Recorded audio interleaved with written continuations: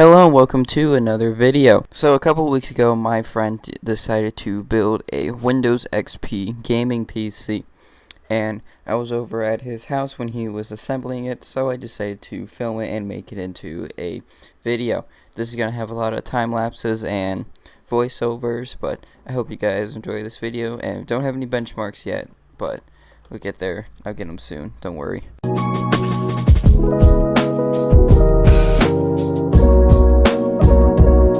So let's go ahead and talk about the parts that are going to make this build possible. And yes, my friend's room is a mess, but don't worry about that. So first off, let's talk about the motherboard. This motherboard is a Foxconn 590 SLI motherboard. Now, no, that's not the model number of it, but that's what I'm going to call it. I actually have this exact same motherboard. This is the same motherboard from the unboxing a 10-year-old motherboard video, except his actually is working, unlike mine, which kind of was like a smoke bomb. But anyways, for some reason it came inside of an EVGA 780i motherboard box, which if you did get that 780i motherboard, then it would be worth quite a bit more than this motherboard is. Next is the CPU, which is an AMD Athlon 64X25200+. This isn't the best CPU for a Windows XP build, but honestly it's one of the best CPUs you can get for this board, since it is an AMD AM2 motherboard. But you can't go up much higher than the Athlon 64X2 on this motherboard. For the memory, we have 4 GB of DDR2 memory.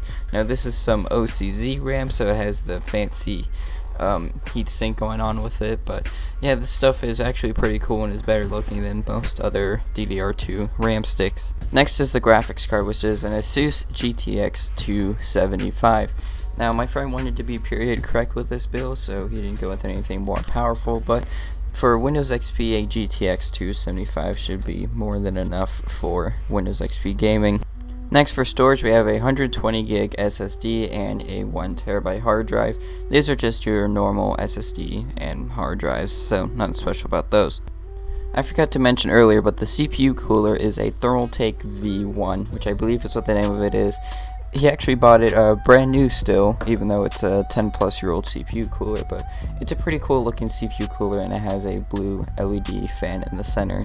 For the sound card, we have some creative sound card that I can't remember the name to for some reason. I think it's a Sound Blaster Audigy, maybe?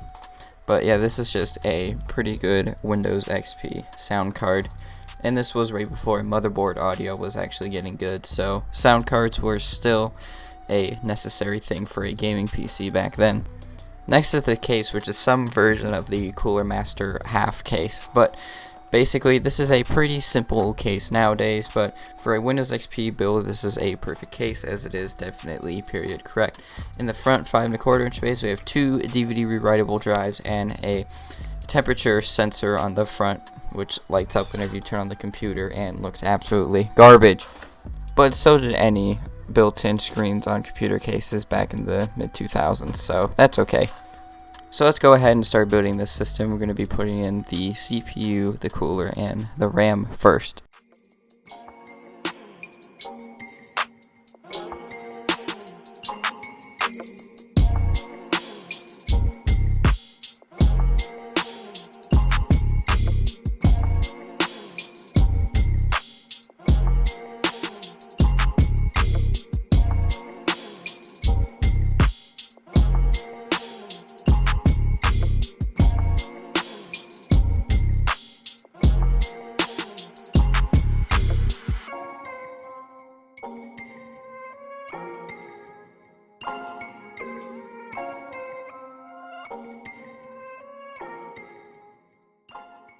Now everything was going smoothly up until this point, when we set the case vertically and we realized that we forgot to screw in the motherboard, so it fell out and the heatsink hit the case and the heatsink fins were all bent up.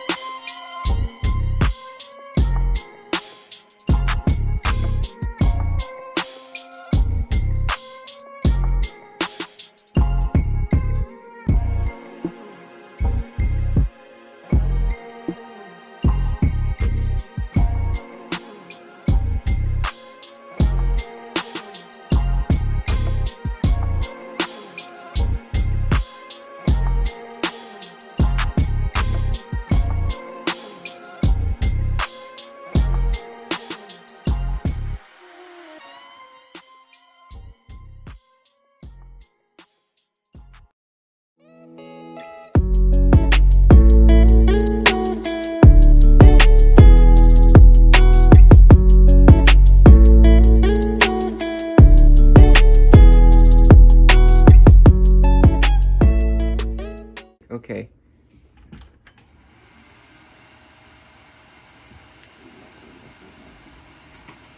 Give a signal. Should have given a signal by now. Let me look at the error code on the board. Oh no, it's in a reset loop. It is? Yeah. How do you know? Because if you look at the thing, it keeps resetting the same 3 numbers. Stop.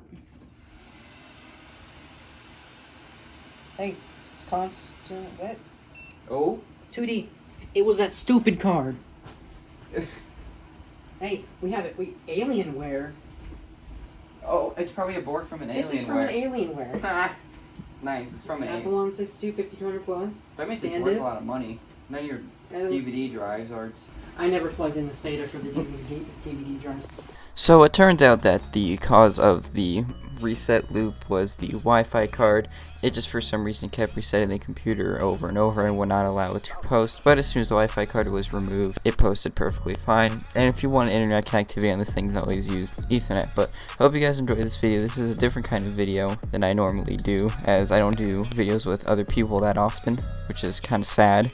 But I hope you guys enjoy this video. It was mainly just time lapses and stuff. But yeah, hope you guys enjoyed, and I'll see you guys next time. Also, I have a very squeaky chair. I need to get it oiled.